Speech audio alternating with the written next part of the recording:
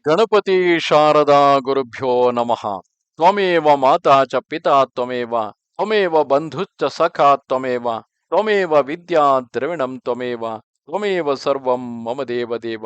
ಶ್ರೋತೃಗಳಿಗೆ ಶ್ರೀ ಶಿವಪುರಾಣದ ವಾಯವ್ಯ ಸಂಹಿತೆಗೆ ಸ್ವಾಗತ. ಈ ಅಧ್ಯಾಯದಲ್ಲಿ ಉಪಮನ್ಯುವು ಶ್ರೀಕೃಷ್ಣನನ್ನು ಕುರಿತು ಯೋಗದ ಅನೇಕ ಭೇದಗಳು, ಅದರ 8 ಮತ್ತು 6 ಅಂಗಗಳ ವಿವೇಚನೆ, ಯಮ ನಿಯಮ ಆಸನ ಪ್ರಾಣಾಯಾಮ, ದಶವಿಧ ಪ್ರಾಣಗಳನ್ನು ಗೆಲ್ಲುವ ಮಹಿಮೆ, ಪ್ರತ್ಯಾಹಾರ ಧಾರಣೆ ಧ್ಯಾನ ಮತ್ತು ಸಮಾಧಿಯನ್ನು ನಿರೂಪಿಸುತ್ತಿರುವರು. ಶ್ರೀಕೃಷ್ಣನು ಕೇಳುತ್ತಾನೆ, ಪೂಜ್ಯರೇ, ತಾವು ಜ್ಞಾನ ಕ್ರಿಯೆ ಮತ್ತು ಚರ್ಯೆಯನ್ನು ಸಂಕ್ಷಿಪ್ತವಾಗಿ ಸಾರವನ್ನು ನನಗೆ ತಿಳಿಸಿದಿರಿ. ಇದೆಲ್ಲವೂ ಶ್ರುತಿಯಂತೆ ಆದರಣೀಯವಾಗಿದೆ. ಇದನ್ನು ನಾನು ಗಮನವಿಟ್ಟು ಕೇಳಿರುವೆನು. ಈಗ ನಾನು ಅಧಿಕಾರ ಅಂಗ ವಿಧಿ ಮತ್ತು ಪ್ರಯೋಜನ ಸಹಿತ ಪರಮ ದುರ್ಲಭ ಯೋಗದ ವರ್ಣನೆಯನ್ನು ಕೇಳಲು ಬಯಸುತ್ತಿರುವೆನು. ಯೋಗಾದಿಗಳ ಅಭ್ಯಾಸ ಮಾಡುವ ಮೊದಲೇ ಮೃತ್ಯುವಾದರೆ ಮನುಷ್ಯನು ಆತ್ಮಘಾತಿಯಾಗುತ್ತಾನೆ. ಆದ್ದರಿಂದ ನೀವು ಶೀಘ್ರವಾಗಿ ಸಿದ್ಧ ಮಾಡಬಹುದಾದ ಮನುಷ್ಯನು ಆತ್ಮಘಾತಿಯಾಗದಂತೆ ಯೋಗದ ಯಾವುದಾದರೂ ಸಾಧನೆಯನ್ನು ತಿಳಿಸಿರಿ. ಯೋಗದ ಆ ಅನುಷ್ಠಾನ, ಅದರ ಕಾರಣ, ಅದಕ್ಕಾಗಿ ಉಪಯುಕ್ತ ಸಮಯ, ಸಾಧನೆ ಮತ್ತು ಅದರ ಭೇದಗಳ ತಾರತಮ್ಯಗಳು ಯಾವುವು? ಆಗ ಉಪಮನ್ಯುವು ಹೇಳುತ್ತಾರೆ, ಶ್ರೀಕೃಷ್ಣನೇ, ನೀನು ಎಲ್ಲ ಪ್ರಶ್ನೆಗಳ ತಾರತಮ್ಯವನ್ನು ತಿಳಿದಿರುವೆ. ನಿನ್ನ ಈ ಪ್ರಶ್ನೆಯು ಬಹಳ ಉಪಯುಕ್ತವಾಗಿದೆ. ಅದಕ್ಕಾಗಿ ಇದೆಲ್ಲದರ ಕುರಿತು ಕ್ರಮವಾಗಿ ನಾನು ಬೆಳಕು ಚೆಲ್ಲುವೆನು. ನೀನು ಏಕಾಗ್ರಚಿತ್ತನಾಗಿ ಕೇಳು. ಯಾರ ಇತರ ವೃತ್ತಿಗಳು ನಿರೋಧವಾಗಿ ಇಂತಹ ಚಿತ್ತವು ಭಗವಾನ್ ಶಿವನಲ್ಲಿ ನಿಶ್ಚಲ ವೃತ್ತಿ ಉಂಟಾಗುವುದು, ಅದನ್ನು ಸಂಕ್ಷೇಪವಾಗಿ ಯೋಗ ಎಂದು ಹೇಳಲಾಗಿದೆ. ಈ ಯೋಗವು ಮಂತ್ರಯೋಗ, ಸ್ಪರ್ಶಯೋಗ, ಭಾವಯೋಗ, ಅಭಾವಯೋಗ ಮತ್ತು ಮಹಾಯೋಗ ಎಂಬ 5 ಪ್ರಕಾರಗಳಿಂದ ಕೂಡಿದೆ. ಮಂತ್ರ ಜಪದ ಅಭ್ಯಾಸದಿಂದ ಮಂತ್ರದ ವಾಚ್ಯಾರ್ಥದಲ್ಲಿ ಸ್ಥಿತವಾದ ವಿಕ್ಷೇಪರಹಿತ ಮನಸ್ಸಿನ ವೃತ್ತಿಯನ್ನು ಮಂತ್ರಯೋಗ ಎಂದು ಹೇಳುತ್ತಾರೆ. ಮನಸ್ಸಿನ ಅದೇ ವೃತ್ತಿಯು ಪ್ರಾಣಾಯಾಮಕ್ಕೆ ಪ್ರಧಾನತೆಯನ್ನು ಕೊಡುತ್ತದೆ. ಅದರ ಹೆಸರು ಸ್ಪರ್ಶಯೋಗ ಎಂದಾಗಿದೆ.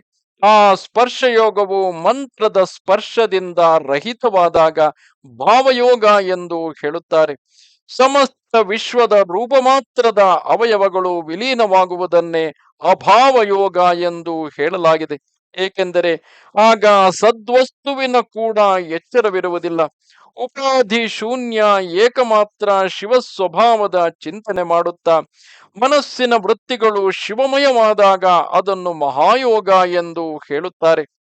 ನೋಡಿದ ಮತ್ತು ಕೇಳಿದ ಲೌಕಿಕ ಹಾಗೂ ಪಾರಲೌಕಿಕ ವಿಷಯಗಳಿಂದ ಮನಸ್ಸು ವಿರಕ್ತವಾಗಿರುವವನೇ ಯೋಗದ ಅಧಿಕಾರಿಯಾಗಿದ್ದಾನೆ. ಲೌಕಿಕ ಮತ್ತು ಪಾರಲೌಕಿಕ 2 ವಿಷಯಗಳ ದೋಷಗಳ ಹಾಗೂ ಈಶ್ವರನ ಗುಣಗಳನ್ನು ಸದಾ ದರ್ಶಿಸುವುದರಿಂದ ಮನಸ್ಸು ವಿರಕ್ತವಾಗುತ್ತದೆ. ಪ್ರಾಯಶಃ ಎಲ್ಲ ಯೋಗಗಳು 8 ಅಥವಾ 6 ಅಂಗಗಳಿಂದ ಕೂಡಿರುತ್ತವೆ. ಯಮ ನಿಯಮ, ಸ್ವಸ್ತಿಕಾದಿ ಆಸನ, ಪ್ರಾಣಾಯಾಮ, ಪ್ರತ್ಯಾಹಾರ, ಧಾರಣೆ, ಧ್ಯಾನ ಮತ್ತು ಸಮಾಧಿ, ಹೀಗೆ ಯೋಗದ 8 ಅಂಗಗಳನ್ನು ವಿದ್ವಾಂಸರು ತಿಳಿಸಿರುವರು. ಆಸನ, ಪ್ರಾಣಾಯಾಮ, ಪ್ರತ್ಯಾಹಾರ, ಧಾರಣೆ, ಧ್ಯಾನ, ಸಮಾಧಿ ಇವು ಸ್ವಲ್ಪದರಲ್ಲಿ ಯೋಗದ 6 ಲಕ್ಷಣಗಳಾಗಿವೆ. ಶಿವಶಾಸ್ತ್ರದಲ್ಲಿ ಇವುಗಳ ಬೇರೆ ಬೇರೆ ಲಕ್ಷಣಗಳನ್ನು ತಿಳಿಸಲಾಗಿದೆ. ಇತರ ಶಿವಾಗಮಗಳಲ್ಲಿ, ವಿಶೇಷವಾಗಿ ಕಾಮಿಕ ಮೊದಲಾದವುಗಳಲ್ಲಿ, ಯೋಗಶಾಸ್ತ್ರದಲ್ಲಿ ಕೆಲವು ಪುರಾಣಗಳಲ್ಲಿಯೂ ಇವುಗಳ ಲಕ್ಷಣಗಳನ್ನು ವರ್ಣಿಸಿವೆ. ಅಹಿಂಸಾ, ಸತ್ಯ, ಆಸ್ತೇಯ, ಬ್ರಹ್ಮಚರ್ಯ ಮತ್ತು ಅಪರಿಗ್ರಹ ಇವನ್ನು ಸತ್ಪುರುಷರು ಯಮವೆಂದು ಹೇಳಿರುವರು. ಈ ಪ್ರಕಾರ ಯಮವು 5 ಅವಯವಗಳ ಯೋಗದಿಂದ ಕೂಡಿದೆ. ಶೌಚ, ಸಂತೋಷ, ತಪಸ್ಸು, ಜಪ ಅಥವಾ ಸ್ವಾಧ್ಯಾಯ ಮತ್ತು ಪ್ರಣಿಧಾನ, ಈ 5 ಭೇದಗಳಿಂದ ಕೂಡಿದ ಇತರ ಯೋಗಾಂಗಗಳನ್ನು ನಿಯಮ ಎಂದು ಹೇಳಲಾಗಿದೆ. ತಾತ್ಪರ್ಯ: ನಿಯಮವು ತನ್ನ ಅಂಶಗಳ ಭೇದದಿಂದ 5 ಪ್ರಕಾರದಿಂದ ಇದೆ. ಸ್ವಸ್ತಿಕ ಆಸನ, ಪದ್ಮಾಸನ, ಅರ್ಧಚಂದ್ರಾಸನ, ವೀರಾಸನ, ಯೋಗಾಸನ, ಪ್ರಸಾದಿತಾಸನ, ಪರ್ಯಂಕಾಸನ ಹಾಗೂ ತನ್ನ ಅಭಿರುಚಿಗನುಸಾರವಾದ ಆಸನ, ಹೀಗೆ ಆಸನದ 8 ಭೇದಗಳನ್ನು ಹೇಳಲಾಗಿದೆ. ನಮ್ಮ ಶರೀರದಲ್ಲಿ ಪ್ರಕಟವಾದ ವಾಯುವನ್ನು ಪ್ರಾಣವೆಂದು ಹೇಳುತ್ತಾರೆ. ಅದನ್ನು ತಡೆಯುವುದೇ ಅದರ ಆಯಾಮವಾಗಿದೆ. ರೇಚಕ, ಪೂರಕ, ಕುಂಭಕ ಎಂಬ ಪ್ರಾಣಾಯಾಮದ 3 ಭೇದಗಳಿವೆ. ಮೂಗಿನ ಒಂದು ಹೊಳ್ಳೆಯನ್ನು ಮುಚ್ಚಿ ಇನ್ನೊಂದರಿಂದ ಉದರದಲ್ಲಿರುವ ವಾಯುವನ್ನು ಹೊರಗೆ ಹಾಕುವುದು. ಈ ಕ್ರಿಯೆಯನ್ನು ರೇಚಕವೆಂದು ಹೇಳುತ್ತಾರೆ. ಮತ್ತೆ ಇನ್ನೊಂದು ಮೂಗಿನ ಹೊಳ್ಳೆಯಿಂದ ವಾಯುವನ್ನು ತಿದಿಯಂತೆ ಶರೀರದಲ್ಲಿ ತುಂಬಬೇಕು. ಇದರಲ್ಲಿ ವಾಯುವಿನ ಪೂರಣವಾಗುವುದರಿಂದ ಇದನ್ನು ಪೂರಕ ಎಂದು ಹೇಳಲಾಗಿದೆ. ಸಾಧಕನು ಒಳಗಿನ ವಾಯುವನ್ನು ಹೊರಗೆ ಬಿಡದೆ, ಹೊರಗಿನ ವಾಯುವನ್ನು ಒಳಗೆ ತೆಗೆದುಕೊಳ್ಳದೆ, ಕೇವಲ ತುಂಬಿದ ಕೊಡದಂತೆ ಅವಿಚಲ ಭಾವದಿಂದ ಸ್ಥಿತನಾದಾಗ ಆ ಪ್ರಾಣಾಯಾಮವನ್ನು ಕುಂಭಕವೆಂದು ಹೇಳುತ್ತಾರೆ.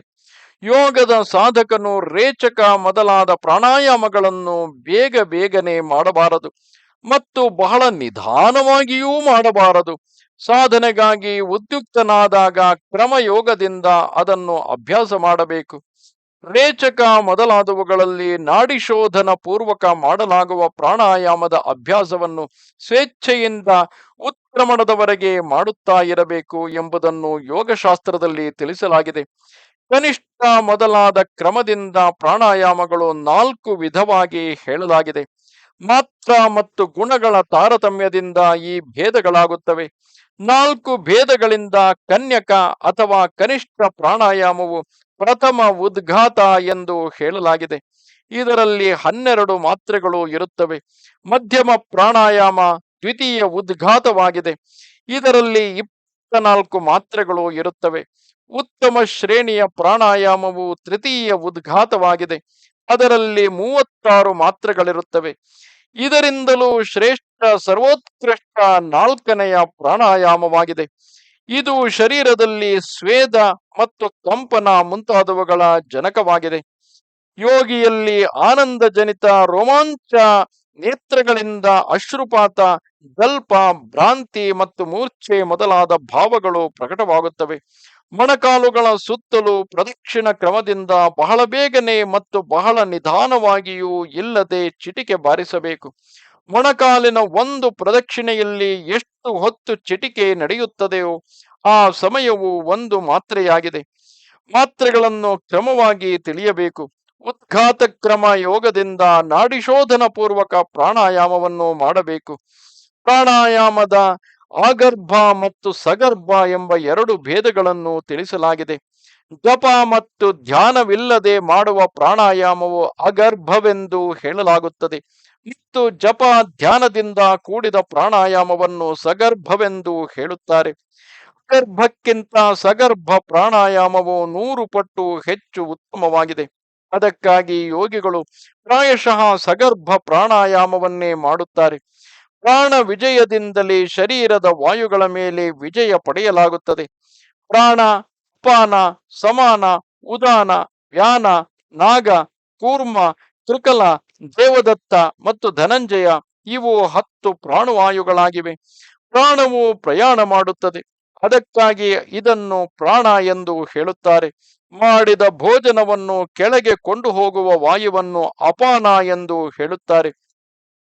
ಸಂಪೂರ್ಣ ಅಂಗಗಳನ್ನು ಬೆಳೆಸುತ್ತಾ ಅದರಲ್ಲಿ ವ್ಯಾಪ್ತವಾಗಿರುವ ವಾಯುವು ವ್ಯಾನವಾಗಿದೆ. ಮರ್ಮಸ್ಥಾನದಲ್ಲಿ ಉದ್ವೇಗಗೊಳಿಸುವುದಕ್ಕೆ ಉದಾನ ಎಂಬ ಸಂಜ್ಞೆ ಇದೆ.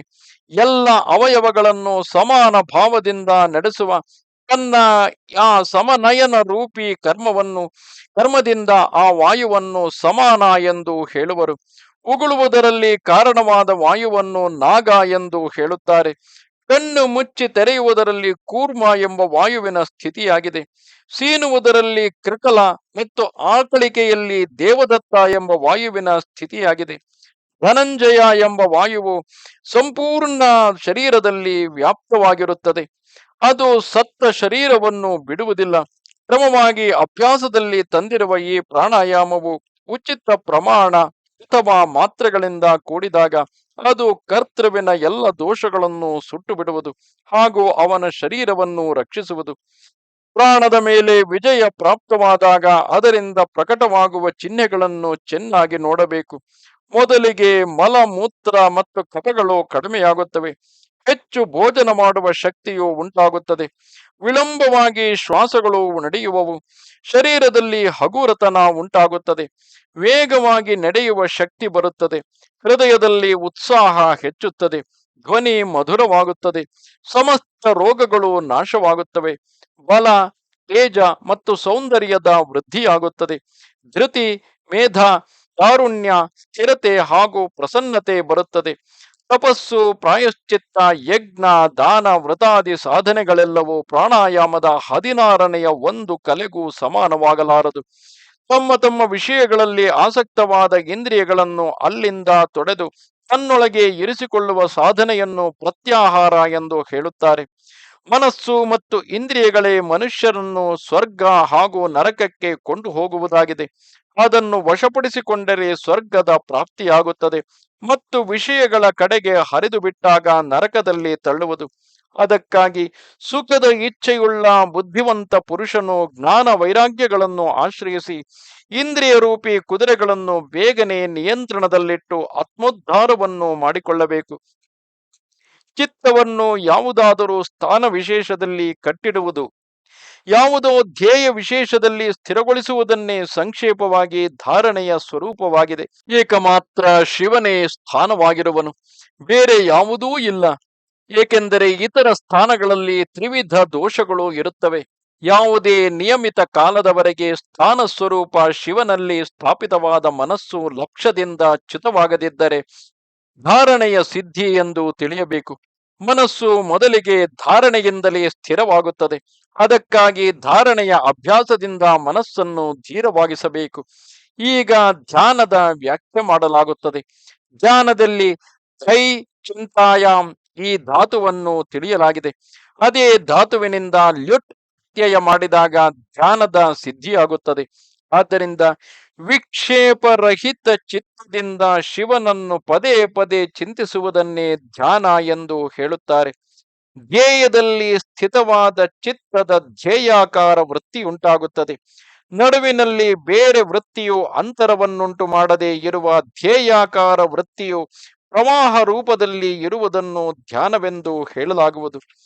ಇತರ ಎಲ್ಲ ವಸ್ತುಗಳನ್ನು ಬಿಟ್ಟು ಕೇವಲ ಕಲ್ಯಾಣಕಾರಿ ಪರಮದೇವ ದೇವೇಶ್ವರ ಶಿವನನ್ನೇ ಧ್ಯಾನ ಮಾಡಬೇಕು.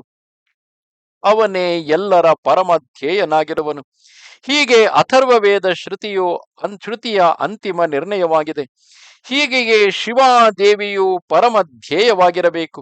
ಶಿವೆ ಮತ್ತು ಶಿವ ಇವರಿಬ್ಬರು ಸಂಪೂರ್ಣ ಪ್ರಾಣಿಗಳಲ್ಲಿ ವ್ಯಾಪ್ತರಾಗಿದ್ದಾರೆ.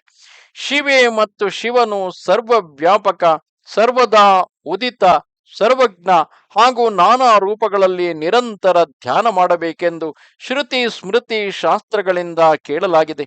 ಈ ಧ್ಯಾನದ 2 ಪ್ರಯೋಜನಗಳನ್ನು ತಿಳಿದುಕೊಳ್ಳಬೇಕು. ಮೊದಲನೆಯದು ಮೋಕ್ಷ, ಇನ್ನೊಂದು ಪ್ರಯೋಜನ ಅಣಿಮಾದಿ ಸಿದ್ಧಿಗಳ ಪ್ರಾಪ್ತಿ.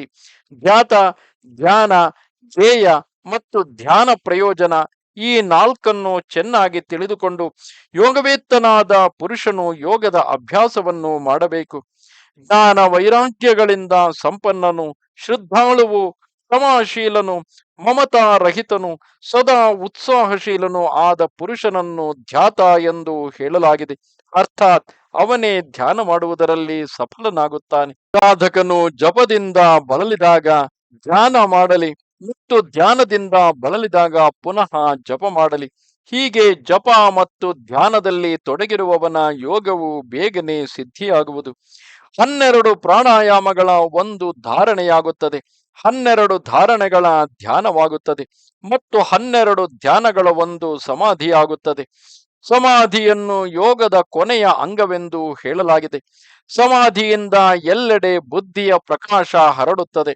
ಯಾವ ಧ್ಯಾನದಲ್ಲಿ ಕೇವಲ ಧ್ಯೇಯವೇ ಅರ್ಥರೂಪದಿಂದ ಭಾಸವಾಗುವುದೋ, ಧ್ಯಾತ ನಿಶ್ಚಲ ಮಹಾಸಾಗರದಂತೆ ಸ್ಥಿರ ಭಾವದಿಂದ ಸ್ಥಿರವಾಗಿ ಇರುತ್ತಾನೋ, ಧ್ಯಾಸ್ವರೂಪದಿಂದ ಶೂನ್ಯದಂತೆ ಆಗುವನೋ ಅದಕ್ಕೆ ಸಮಾಧಿ ಎಂದು ಹೇಳುತ್ತಾರೆ.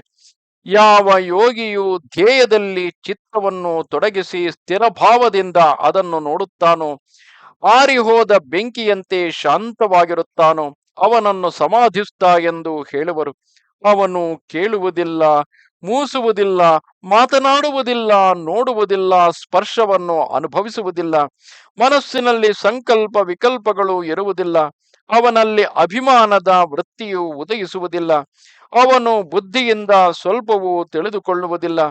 ಕೇವಲ ಕಟ್ಟಿಗೆಯಂತೆ ಸ್ಥಿರವಾಗಿರುತ್ತಾನೆ. ಹೀಗೆ ಶಿವನಲ್ಲಿ ಲೀನಚಿತ್ತನಾದ ಯೋಗಿಯನ್ನು ಇಲ್ಲಿ ಸಮಾಧಿಸ್ಥ ಎಂದು ಹೇಳಲಾಗಿದೆ. ಗಾಳಿಯು ಬೀಸದ ಜಾಗದಲ್ಲಿ ಇಟ್ಟ ದೀಪವು ಅಲುಗಾಡದೆ ನಿಸ್ಪಂದವಾಗಿ ಇರುತ್ತದೆ. ಹಾಗೆಯೇ ಸಮಾಧಿನಿಷ್ಠ ಶುದ್ಧ ಚಿತ್ತ ಯೋಗಿಯು ಆ ಸಮಾಧಿಯಿಂದ ಎಂದೂ ವಿಚಲಿತನಾಗುವುದಿಲ್ಲ. ಸುಸ್ಥಿರ ಭಾವದಿಂದ ಸ್ಥಿರವಾಗಿರುತ್ತಾನೆ. ಈ ಪ್ರಕಾರ ಉತ್ತಮ ಯೋಗವನ್ನು ಅಭ್ಯಾಸ ಮಾಡುವ ಯೋಗಿಯ ಎಲ್ಲ ಬಾಧೆಗಳು ಶೀಘ್ರವಾಗಿ ನಾಶವಾಗಿ ಸಂಪೂರ್ಣ ವಿಘ್ನಗಳು ನಿಧಾನವಾಗಿ ದೂರವಾಗಿ ಹೋಗುತ್ತವೆ. ನಮಸ್ತೆ ಶಾರದೆ ದೇವಿ ಕಾಶ್ಮೀರ ಪುರವಾಸಿನಿ ತ್ವಾಮಹಂ ಪ್ರಾರ್ಥಯೇ ನಿತ್ಯಂ ವಿದ್ಯಾದಾನಂಚ ದೇಹಿ ಮೇ. ನಮಸ್ಕಾರ.